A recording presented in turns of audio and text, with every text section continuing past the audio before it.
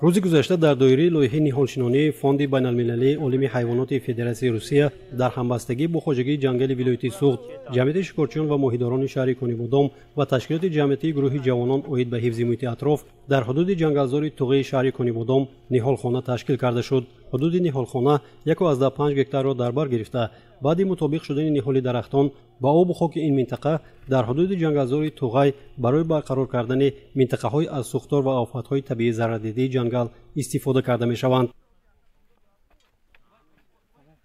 حشری نهالشنانی امروز تشکیل کرده شده. من حالا دیده شده همه این شنونده شده ایستاده‌اند.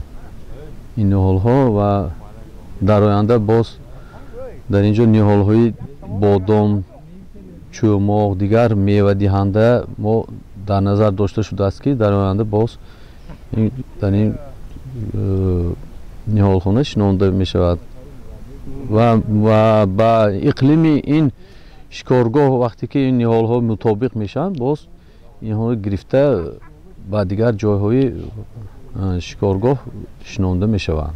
از من ویای طبیعی شمال و دیگر ویا درختان ضرر می‌بینند و از این سوختارهای و ناگهان ویا میشند که این ضرر دیده میسوزند، خشک میشوند. ما مقصدی ما بسیارتر برای هم جاهای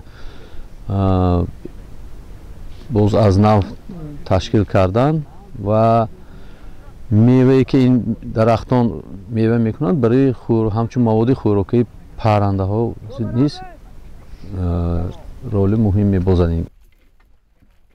در روز اول از جانب کارمندان خواجگی جنگل، جمعیت شکارچیان و ماهیداران شهر کنیمودام و اسفره و تشکیلات جمعیتی گروه جوانان اید به حفظ محیط اطراف 2500 بیخ نهال درختان میوه دهنده خوچ، توت، جگده و قرغوچ شنانیده شد.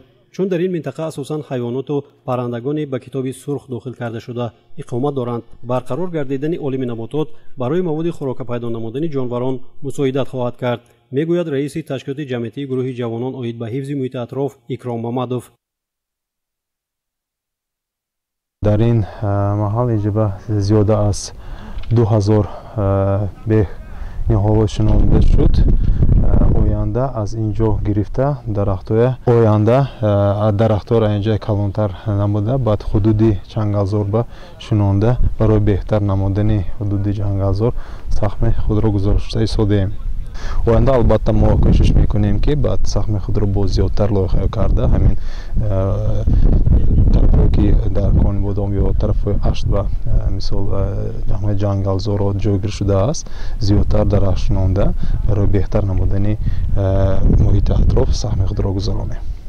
حدود جنگلزار توغی 10,000 گکتار را در بر گرفته آن بعد بنیاد نیروگاه برق آبی روغن تشکیل کرده شده است. بنا به معلومات مسئولین برای ضرر ندیدن و نابود نگردیدن نهال‌ها اطراف نهالخانه سیمتور کشیده شده تا آخر همین سال 1500 و در موسم نهالشنانی سال آینده باز 2000 بیخ نهال درختان میوه دهنده چهارمغز، انار، انگور و بادام شنانیده می شود.